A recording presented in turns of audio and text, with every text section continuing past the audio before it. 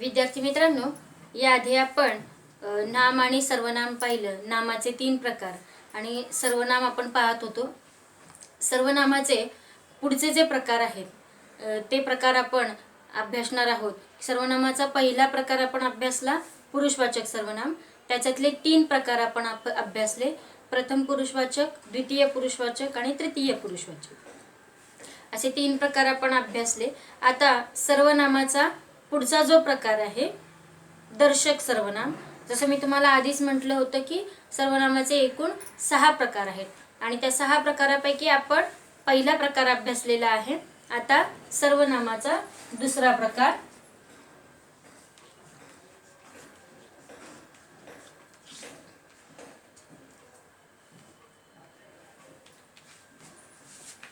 सर्वनामाचे प्रकार क्रमांक 2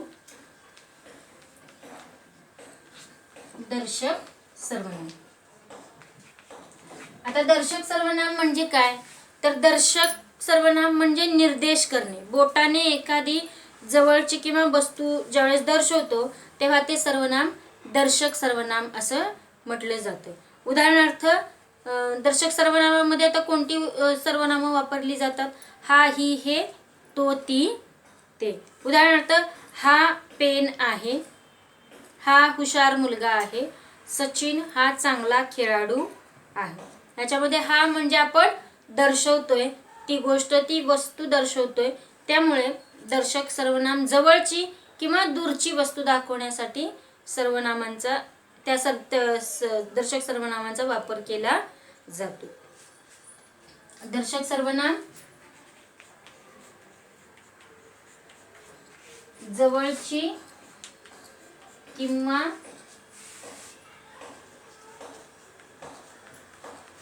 दूरची वस्तू, जवळची किंवा दूरची वस्तू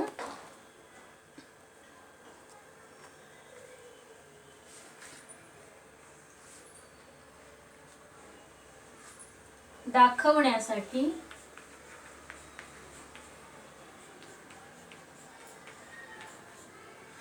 जवळची किंवा दूरची वस्तू दाखवण्यासाठी जे सर्वनाम येते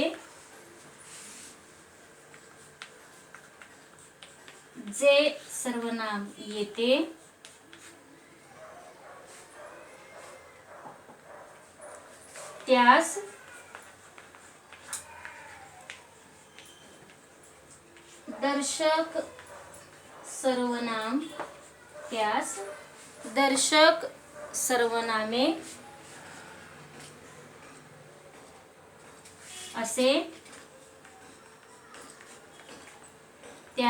दर्शक सर्वनामे असे म्हणतात. दर्शक सर्वनामे असे म्हणतात. आता दर्शक सर्वनामाची उदाहरणं हा, ही, हे, तो, ती, ते.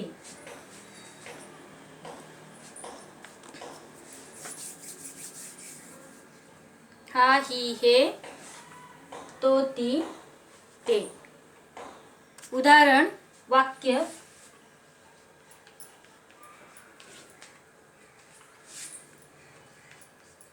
हा पेन आहे, हा हुशार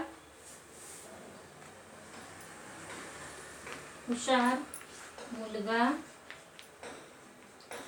आहे. हा पेन आहे, हा हुशार मुलगा आहे. वाक्य दिलेली आहेत.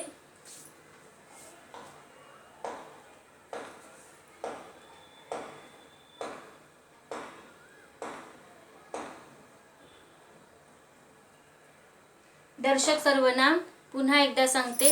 दर्शक सर्वनाम म्हणजे इथं निर्देश करणे, बोटाने एखादी गोष्ट दाखवणे. तर जवळची किंवा दूरची वस्तू दाखवण्यासाठी जे सर्वनाम येते त्यास दर्शक सर्वनामे असे म्हणतात. उदाहरणार्थ हा ही हे तो ती ते. वाक्य हा पेन आहे, हा हुशार मुलगा आहे.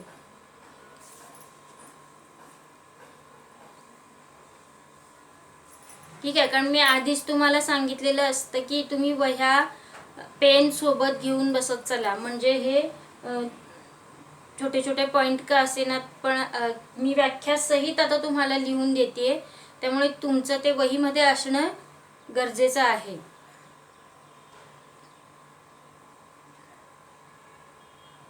सर्वनामाचा तिसरा प्रकार आपण बघणार आहोत.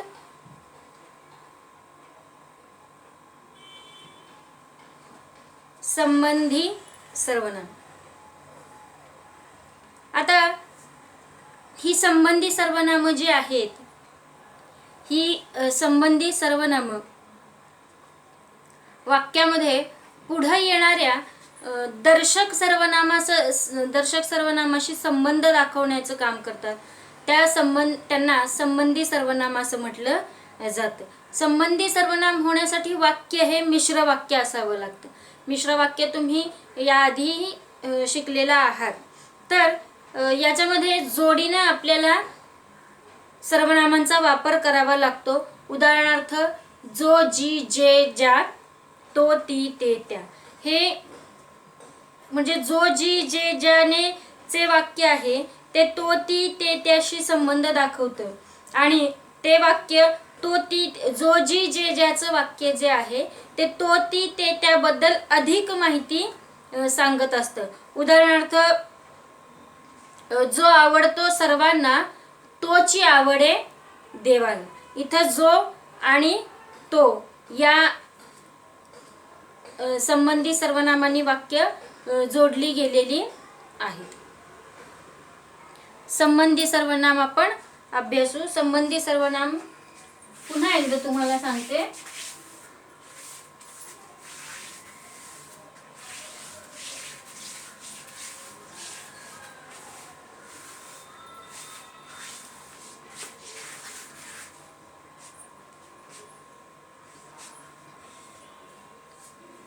संबंधी सर्वनाम म्हणजे काय, तर संबंधी सर्वनाम म्हणजे वाक्यात पुढे येणाऱ्या दर्शक सर्वनामाशी, वाक्यामध्ये पुढे येणाऱ्या दर्शक सर्वनामाशी संबंध दाखवण्यासाठी ज्या सर्वनामांचा वापर केला जातो त्यांना संबंधी सर्वनाम असं म्हटलं जातं. तर संबंधी सर्वनाम होण्यासाठी वाक्य हे मिश्र वाक्य असावं लागतं आणि त्याच्यामध्ये जोडीने सर्वनामांचा वापर करावा लागतो.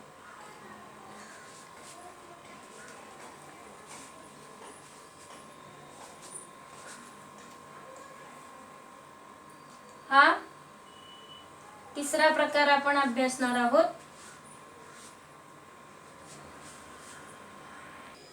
तर संबंधी सर्वनामाबद्दल आपण माहिती जाणून घेतली की संबंधी सर्वनाम म्हणजे काय, तर वाक्यात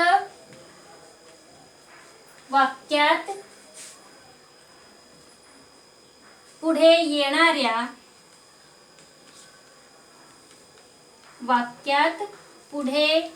येणाऱ्या दर्शक सर्वनामाशी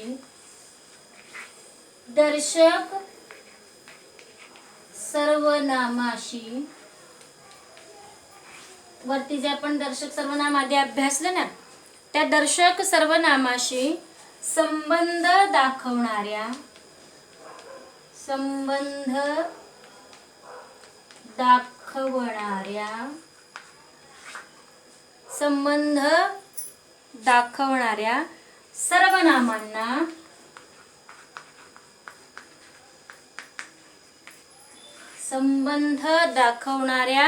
सर्वनामांना आपण संबंधी सर्वनाम असे म्हणतो. सर्वनामांना संबंधी सर्वनाम असे म्हणतो. उदाहरणार्थ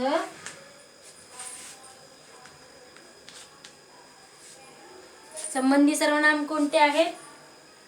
जो, जी, जे, ज्या,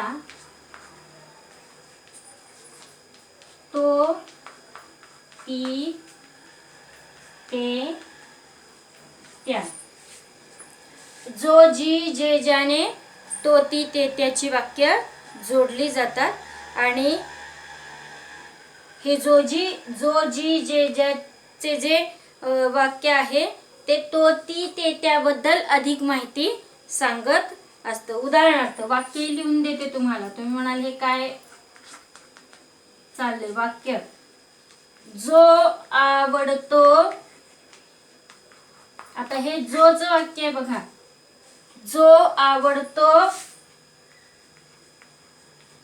सर्वांना,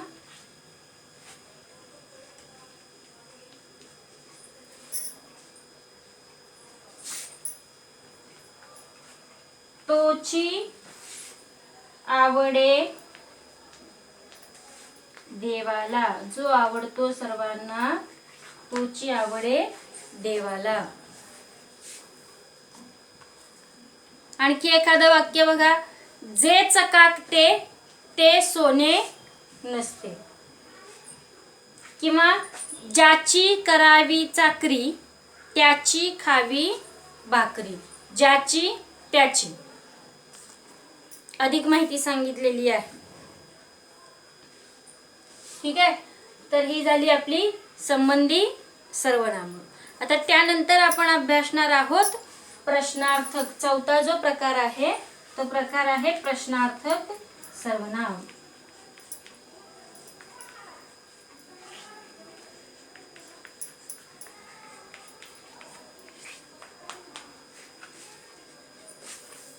प्रश्नार्थक सर्वनाम. आता प्रश्नार्थक सर्वनाम म्हणजे काय, तर प्रश्न विचारण्यासाठी ज्या सर्वनामाचा वापर केला जातो त्याला आपण प्रश्नार्थक सर्वनाम असं म्हणतो. त्यांना प्रश्नार्थक सर्वनाम असं म्हणतो की कोण, काय, कोणी असा प्रश्न विचारला जातो आणि तिथे प्रश्नचिन्ह असणं गरजेचं आहे. आणि प्रश्न विचारला तरच इथे म्हणजे नामाला प्रश्न विचारला तरच इथं ते प्रश्नार्थी सर्वनाम होतं. उदाहरणार्थ जर मी म्हणतेय कोण आहे तिकडे, तर त्याचं जे येणारं उत्तर आहे ते उत्तर कोणाचं तरी नाम असणार आहे. कोण आहे तिकडे, तर कोणाचं तरी तिथे नाम आहे. म्हणून तो नामाऐवजी वापरलेला शब्द आहे आणि तो प्रश्न विचारण्यासाठी आलेला आहे, म्हणून त्याला प्रश्नार्थी सर्वनाम असं म्हटलं जातं. मग प्रश्नार्थी सर्वनाम कोणकोणती आहेत? कोण, काय, कोणी ही प्रश्नार्थी सर्वनाम आहे. कोणास, कोणाला इत्यादी ही प्रश्नार्थी सर्वनाम आहेत. हे झालं असेल तर आपण प्रश्नार्थी सर्वनाम लिहून देण्याकडे वळूया.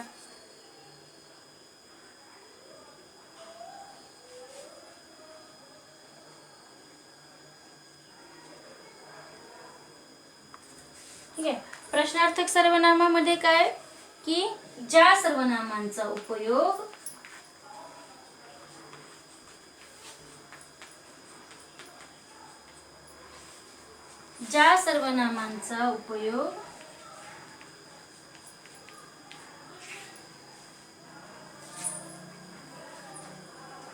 वाक्यात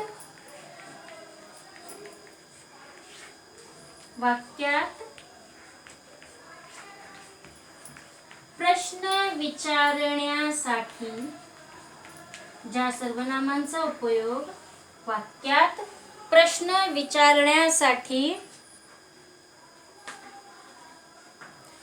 विचारण्यासाठी केला जातो, प्रश्न विचारण्यासाठी होतो,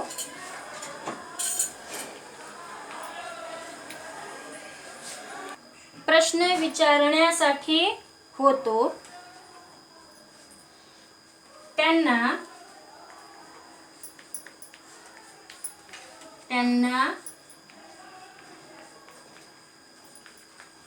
प्रश्नार्थक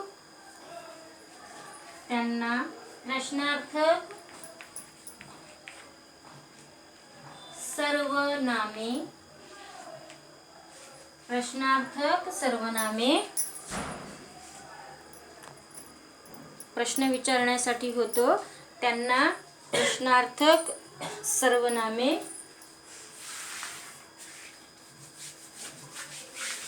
असे म्हणतात.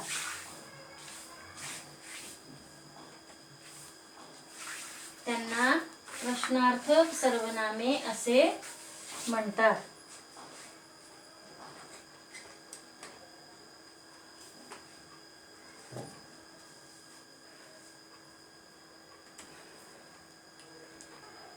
उदाहरणार्थ, उदाहरण इथे वरती देते मी प्रश्नार्थक सर्वनामाचे. उदाहरणार्थ, कोण, काय,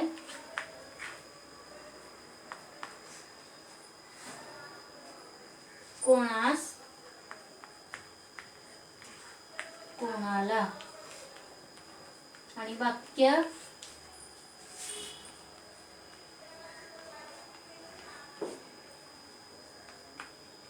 कोण आहे तिकडे, इथे प्रश्नचिन्ह देणं गरजेचं आहे. आता कोण आहे तिकडे म्हटल्यानंतर कुणाचं तरी नाम उत्तरामध्ये येणार आहे, म्हणून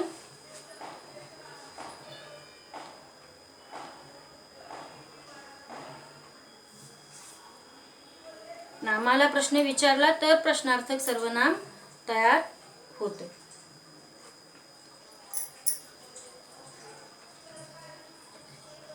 ठीक आहे, हे झाले प्रश्नार्थक सर्वनाम. आता आपला त्याच्या पुढचा जो प्रकार आहे तो आहे 5वा प्रकार, सामान्य सर्वनाम किंवा अनिश्चित सर्वनाम. सामान्य किंवा अनिश्चित. सामान्य किंवा अनिश्चित सर्वनाम म्हणजे काय, तर इथे कोण, काय, कोणी प्रश्नार्थक सर्वनामांचा वापर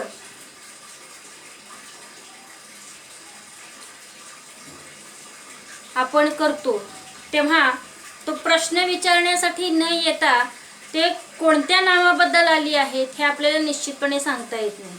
उदाहरणार्थ बघा, प्रश्नार्थक सर्वनामांचा विधानार्थी किंवा उद्गारार्थी वाक्यामध्ये वापर केला तर हे शब्द नेमके कोणासाठी वापरले गेलेले आहेत ते आपल्याला निश्चित स्वरूपामध्ये सांगता येत नाही, तेव्हा त्यांना सामान्य किंवा अनिश्चित सर्वनाम असं म्हटले जाते. आता विधानार्थी किंवा उद्गारार्थी कसं बघा, आता साधं विधान जर केलं आहे, आता इथे सामान्य किंवा अनिश्चित सर्वनामामध्ये जरी कोण, काय, कोणाला आलं तर इथं तो प्रश्न विचारण्यासाठी केलेला प्रश्न विचारण्यासाठी ते सर्वनाम आलेलं नाही, म्हणून तिथे प्रश्नचिन्ह द्यायचं नाही.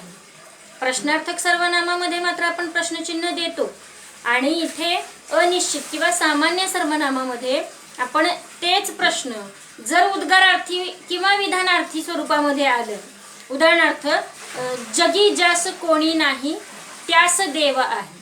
आता कोणी हा तिथे आलेला आहे, पण जगी ज्यास कोणी नाही हे निश्चित स्वरूपात सांगता येते का, नाही. ज्यास कोणी नाही त्यास देव आहे. किंवा उद्गारार्थी स्वरूपातलं वाक्य बघा, कोण ही गर्दी किंवा काय ही गर्दी, उद्गारार्थी वाक्य तिथे आलेलं आहे, आपण उद्गार चिन्ह तिथे देतो आणि म्हणून त्यांना ती अनिश्चित स्वरूपात म्हणजे कोणत्या स्वरूपाची गर्दी आहे, कुठली गर्दी जमा आहे हे जिथे आपल्याला सांगता येत नाही, ते निश्चित स्वरूपात नसतं, तेव्हा त्याला आपण काय म्हणतो, अनिश्चित किंवा सामान्य सर्वनाम. तर सामान्य किंवा अनिश्चित सर्वनाम तुम्हाला समजलं की सामान्य किंवा अनिश्चित सर्वनाम म्हणजे प्रश्नार्थक सर्वनामामध्ये आलेली जी सर्वनामं आहेत ती वाक्यामध्ये प्रश्न विचारण्यासाठी येत नाही. प्रश्नार्थक सर्वनामामध्ये ती प्रश्न विचारण्यासाठी आलेली असतात आणि इथे ती न येता ती नेमकी कोणाबद्दल आलेली आहे किंवा कोणत्या नामाबद्दल आलेली आहे हे ज्यावेळेस सांगता येत नाही तेव्हा त्याला अनिश्चित सर्वनाम असं म्हटलं जातं. लिहून घ्या. कोण,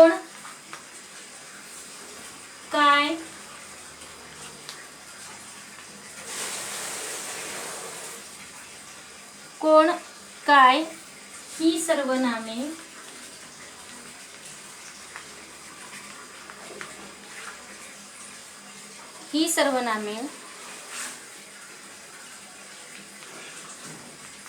वाक्यात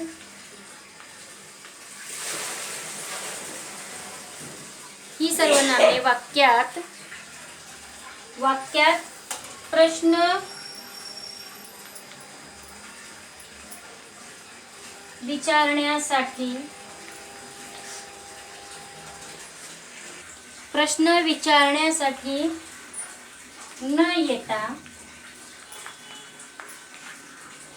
विचारण्यासाठी न येता ती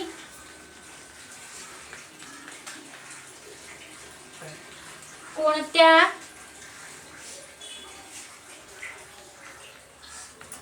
नामांबद्दल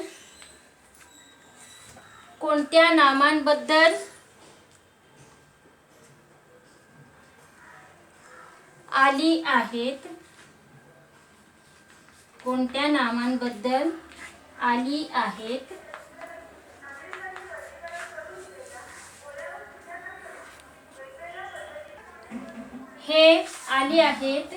हे निश्चितपणे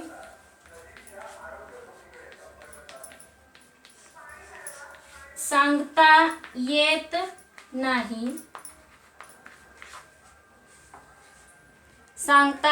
नाही, तेव्हा त्यांना अनिश्चित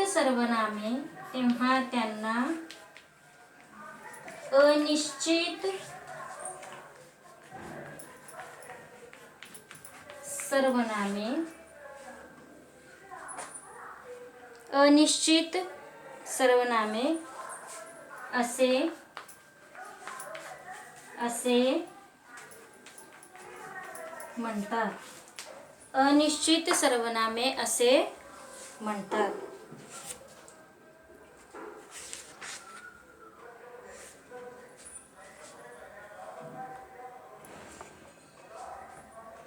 उदाहरणार्थ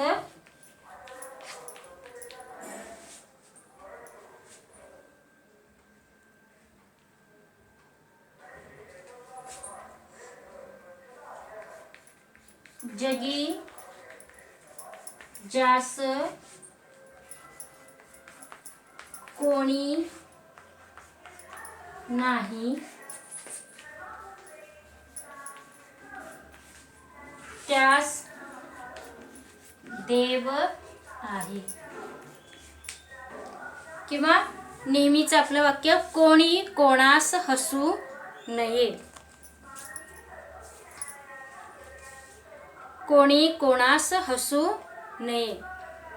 ही झाली सामान्य किंवा अनिश्चित सर्वनामांची उदाहरणं.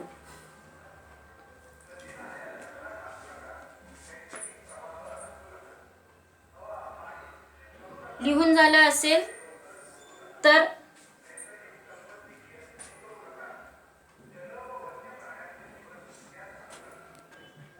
ठीक आहे. जगी ज्यास कोणी नाही त्यास देव आहे हे उदाहरण. आता त्यानंतर आपण अभ्यासणार आहोत शेवटचं सर्वनाम आत्मवाचक सर्वनाम. आता आत्मवाचक सर्वनाम म्हणजे काय, तर ज्या शब्दाचा अर्थ स्वतः असा होतो त्याला आत्मवाचक सर्वनाम असं म्हटलं जातं. उदाहरणार्थ आपण आणि स्वतः ही आत्मवाचक सर्वनाम आहेत. उदाहरण बघा की आता हे त्रिकालाबाधित सत्य आहे की आपण मेल्याशिवाय स्वर्ग दिसत नाही. आपण स्वतः आणि तो आपणहून निघून गेला म्हणजे ज्याचा अर्थ स्वतः असा होतो, ज्या शब्दांचा अर्थ त्याला आत्मवाचक सर्वनाम असं म्हटलं जातं. आणखी उदाहरण बघा की मी स्वतः त्याला पाहिले किंवा तू स्वतः मोटार चालवशील का. यांना आत्मवाचक सर्वनाम असं म्हटलं जातं, किंवा त्याला स्वतः वाचक सर्वनाम असं सुद्धा म्हटलं जातं, कारण ते स्वतः असतं म्हणून.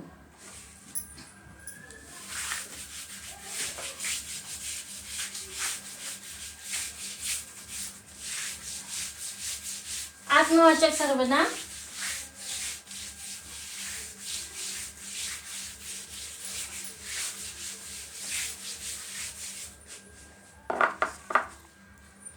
हे आपण 6वं सर्वनाम आहे आत्मवाचक सर्वनाम. आता आत्मवाचक सर्वनाम म्हणजे काय, तर आपण या सर्वनामाचा अर्थ जेव्हा स्वतः असा होतो,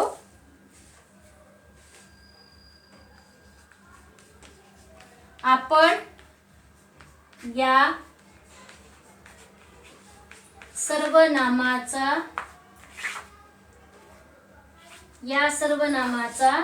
अर्थ, आपण या सर्वनामाचा अर्थ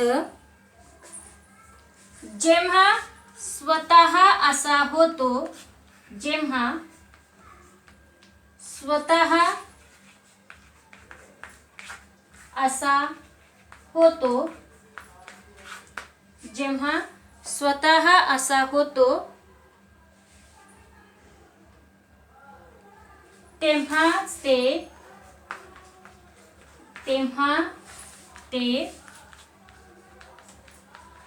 आत्मवाचक सर्वनाम असते. तेव्हा ते आत्मवाचक सर्वनाम असते. उदाहरणार्थ वाक्यच आपण पाहू. तो आपण होऊन माझ्याकडे आला.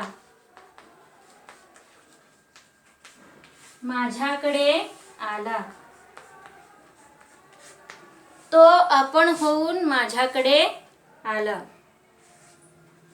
किंवा दुसरं वाक्य,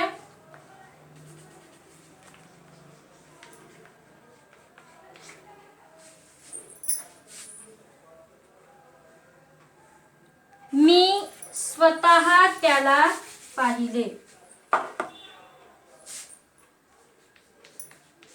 मी स्वतः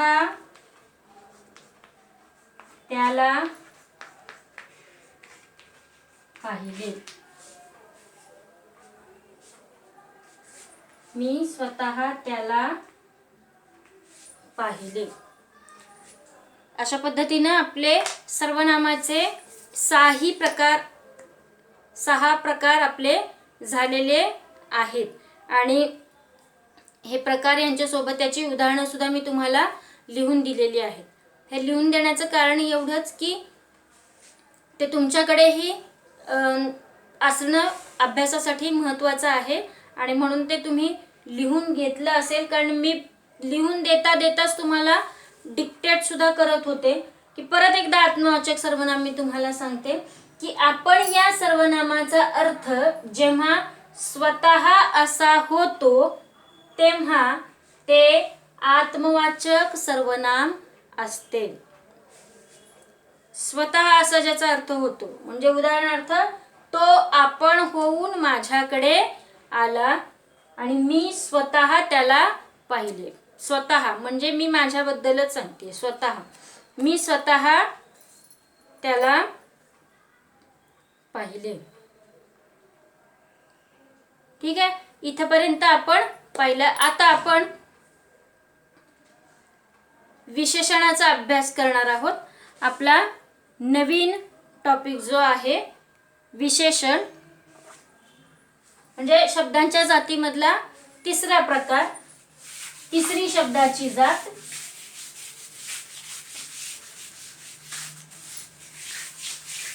तिसरी शब्दाची जात आहे आपली विशेषण.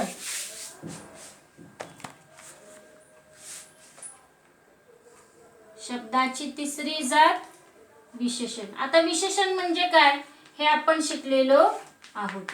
आता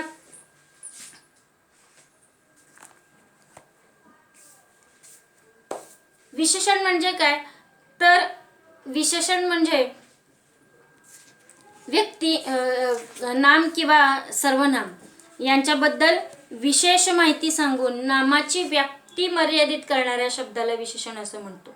नामाची व्याप्ती मर्यादित केली जाते म्हणजे काय, तर आपण समजा मी नामाबद्दल काहीतरी विशेष माहिती सांगितलेली आहे. उदाहरणार्थ मी काळी टोपी असं मी म्हटलं तर आपल्याला ती फक्त काळ्या रंगाचीच टोपी दिसते. आपली नजर फक्त तिथेच केंद्रित होते. म्हणजे काय की त्याची व्याप्ती जी आहे ती मर्यादित केली जाते. म्हणजे विशेष एका गोष्टीकडेच आपलं लक्ष केंद्रित होतं, इतरत्र ते जात नाही. म्हणून तिथे काय म्हटलेलं आहे की नामाची व्याप्ती मर्यादित करणाऱ्या शब्दाला विशेषण असं म्हटलं जातं. मी फक्त टोपी असा उल्लेख केला तर मला कुठलीही टोपी दिसू शकेल, माझ्या डोळ्यांसमोर येऊ शकेल. पण मी काळी टोपी असं जर म्हटलं तर मला तीच विशिष्ट काळी टोपी माझ्या डोळ्यासमोर येणार आहे.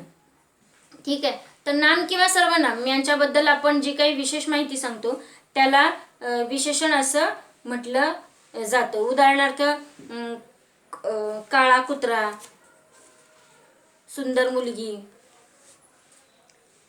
म्हणजे कुठल्याही प्रकारचे चांगले किंवा वाईट जे गुण आहेत ते विशेषणामधून आपण विशेषणामध्ये दाखवले जातात, गुण दाखवली जातात.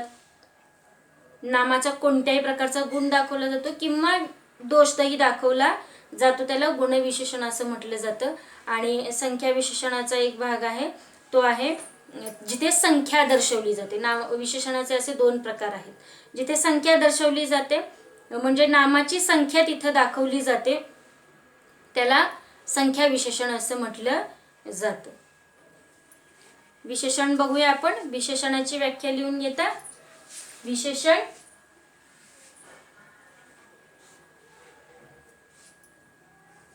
विशेषण म्हणजे नामाबद्दल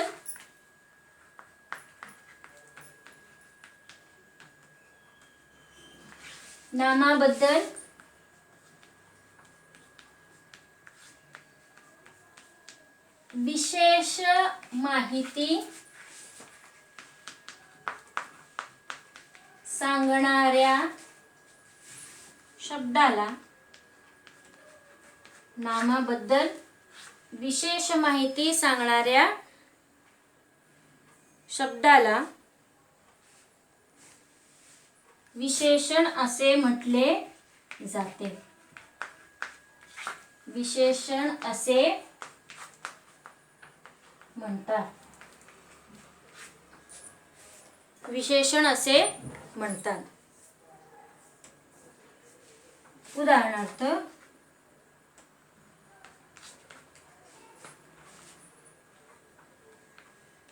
काळी टोपी,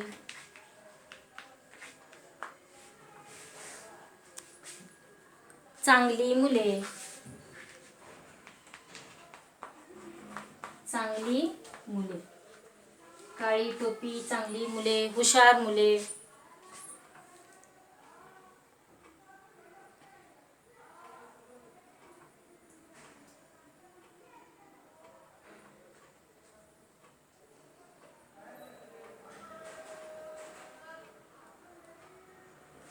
ठीक आहे. आता विशेषणाचे दोन प्रकार आहेत. पहिला आहे गुणविशेषण. जसं मी तुम्हाला आता स्पष्ट केलं तेही लिहून घ्या. गुणविशेषण म्हणजे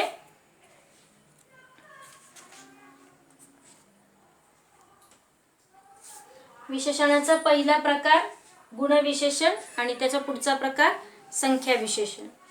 गुणविशेषण ज्या विशेषणाच्या योगाने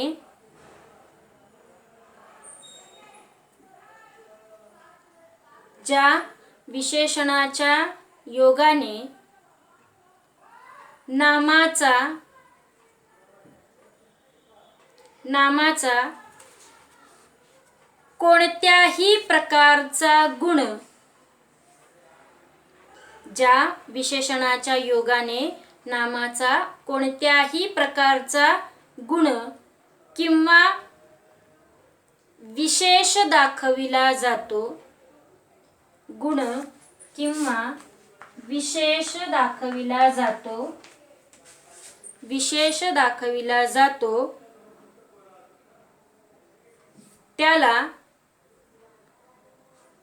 त्याला गुणविशेषण असे म्हणतात.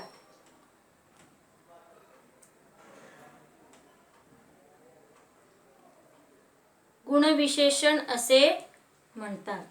उदाहरणार्थ खालच्या ओळीला उदाहरण लिहून घ्या. शूर सरदार, शूर सरदार. रेखीव चित्र, शूर सरदार, रेखीव चित्र, रेखीव चित्र.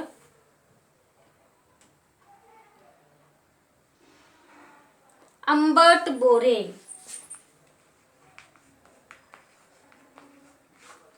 आंबट बोरे, आंबट बोरे.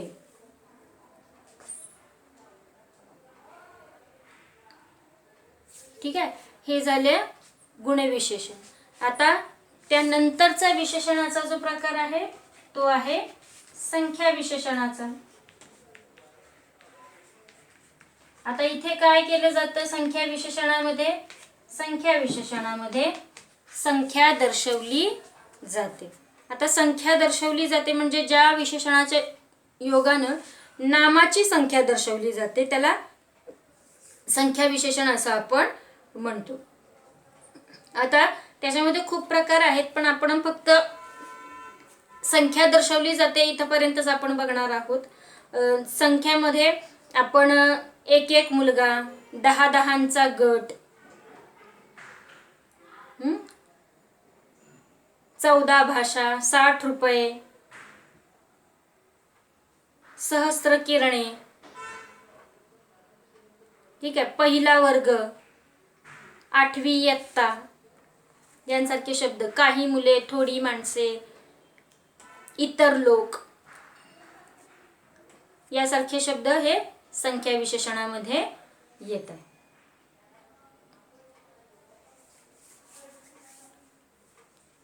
ठीक आहे, तर संख्या विशेषण पाहू आपण. ज्या विशेषणाच्या योगाने, ज्या विशेषणाच्या योगाने, ज्या विशेषणाच्या योगाने नामाची संख्या, ज्या विशेषणाच्या योगाने नामाची संख्या दर्शविली जाते त्यास संख्या विशेषण असे म्हणतात. त्यास संख्या विशेषण असे म्हणतात. संख्या विशेषणाची उदाहरणे: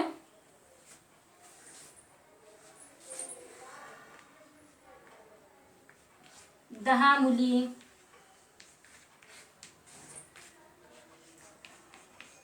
14 भाषा, 10 मुली, 14 भाषा, दुहेरी आनंद,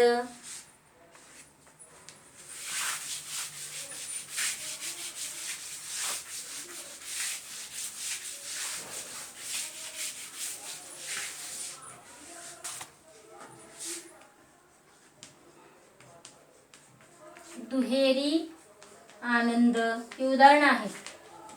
दुहेरी आनंद,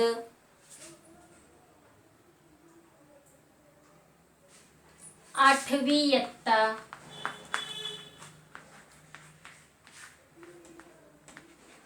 इयत्ता, आठवी इयत्ता,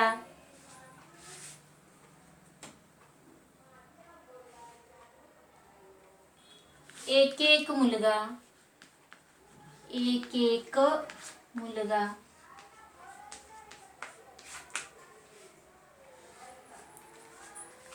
काही माणसे, काही माणसे,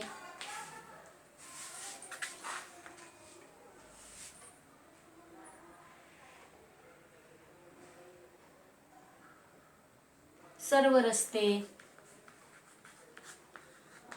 सर्व रस्ते, थोडी मुले,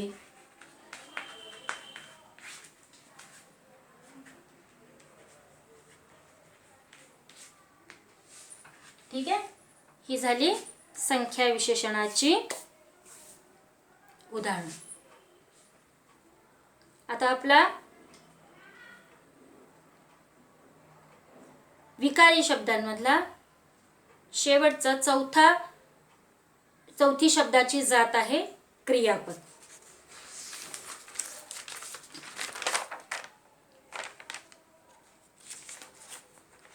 आता क्रियापद म्हणजे काय, तर क्रियापद म्हणजे वाक्याचा अर्थ पूर्ण करणाऱ्या क्रियावाचक शब्दाला आपण क्रियापद असं म्हणतो. आता क्रिया कोणत्या कोणत्या आहेत? बसणे, उठणे, नाचणे, गाणे, चालणे, बोलणे, ह्या सगळ्या काय आहेत? क्रिया आहेत. मग वाक्याचा अर्थ पूर्ण करणाऱ्या क्रियावाचक शब्दाला आपण क्रियापद असं म्हणतो. आणि क्रियापदाचे दोन प्रकार आपण याआधीही पाहिलेले आहेत. एक आहे सकर्मक क्रियापद आणि दुसरं आहे अकर्मक क्रियापद. आता सकर्मक आणि अकर्मक म्हणजे काय ते अनुक्रमे मी तुम्हाला समजावून सांगते.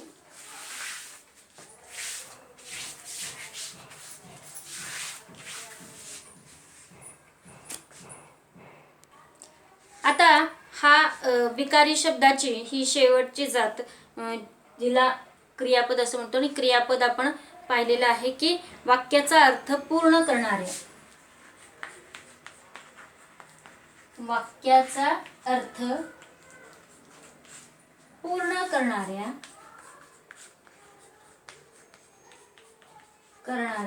क्रियावाचक शब्दाला, इथे क्रिया दर्शवली जाते म्हणून क्रियावाचक शब्दाला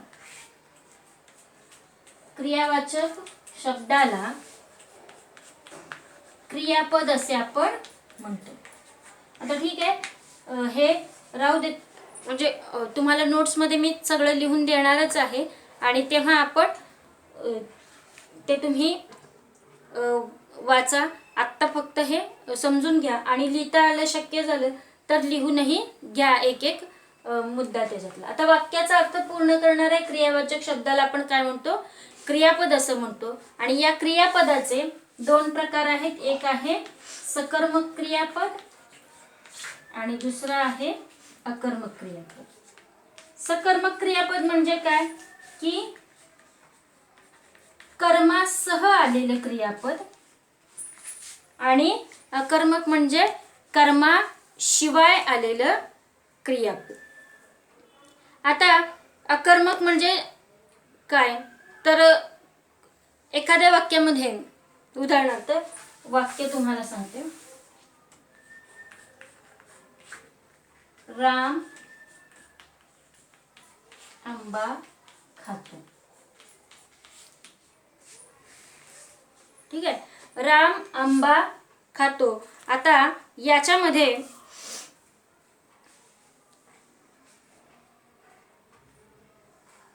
खाणारा कोण आहे जर आपण प्रश्न विचारला तर खाणारा राम आहे. आणि क्रिया कोणावरती घडतीये इथे, कारण वाक्यामध्ये कर्म जर शोधायचं असेल आपल्याला तर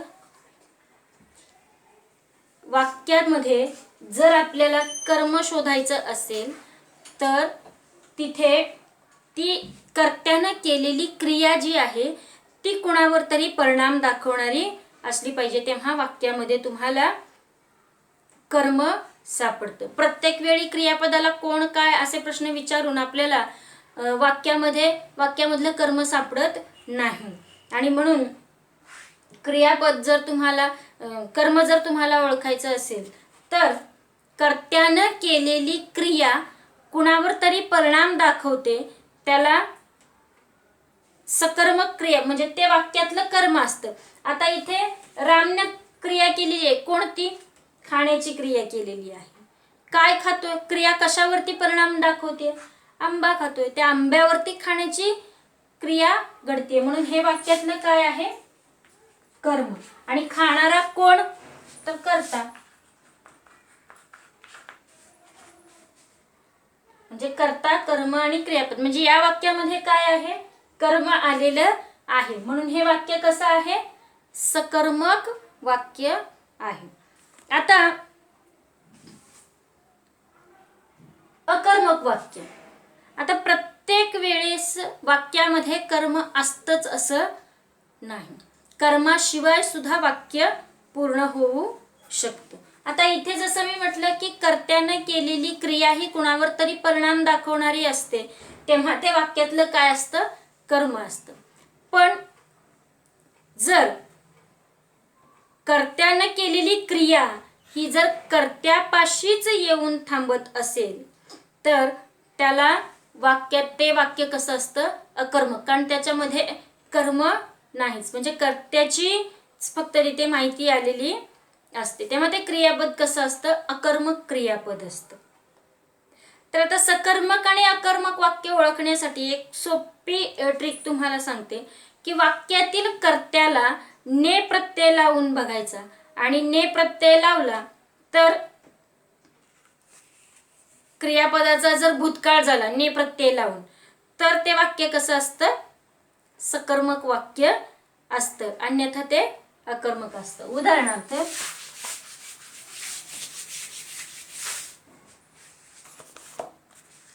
हेच पोपट पेरू खातो. पोपट पेरू खातो. आता साधी सोपी ट्रिक आहे. पोपटाने पेरू खाल्ला, ने प्रत्यय जोडला, पोपटाने पेरू खाल्ला. ठीक आहे, इथं काय झाला? हा भूतकाळ झाला, बरोबर. तो भूतकाळ झाला, आणि म्हणून आपण काय म्हणू शकतो याच्यामध्ये की हे वाक्यातलं काय आहे? या वाक्यामध्ये काय आहे? कर्म आहे, कारण खाण्याची क्रिया होतीये, कशावर घडते? पेरूवरती घडते. ठीक आहे, तर हे वाक्यातलं कर्ता, कर्म आणि क्रियापद, म्हणजे याला काय म्हणू आपण? सकर्मक वाक्य. आता अकर्मक वाक्य जे आहे, अकर्मक वाक्यामध्ये इथं आपल्याला ने प्रत्यय जोडता येतो का? बघा, अकर्मक वाक्य मी तुम्हाला सांगते की मला पपई आवडते. मला पपई आवडते, इथं ने प्रत्यय जोडता येतो? मला ने असं आपण नाही म्हणू शकत. इथे मला पपई आवडते, ने प्रत्यय जोडताच येत नाही, म्हणून तिथे ते वाक्य कसं आहे? अकर्मक वाक्य आहे. ही साधी ट्रिक आहे. राम जोरात पळतो, अकर्मक वाक्याचं एक उदाहरण. राम जोरात पळतो, ने प्रत्यय लावता येतो? नाही लावता येते, तिथे तो प्रत्यय लागत नाही, म्हणून ते वाक्य कसं आहे? अकर्मक वाक्य आहे. हे झाले आपले 4 प्रकार. आपण विकारी शब्दांच्या विकारी जातींमधले हे 4ही जाती आपण अभ्यासल्या. त्यानंतर आपण क्रियाविशेषण, उभयान्वयी, शब्दयोगी आणि केवल प्रयोगी या 4 जाती अविकारी अभ्यासणार आहोत. धन्यवाद.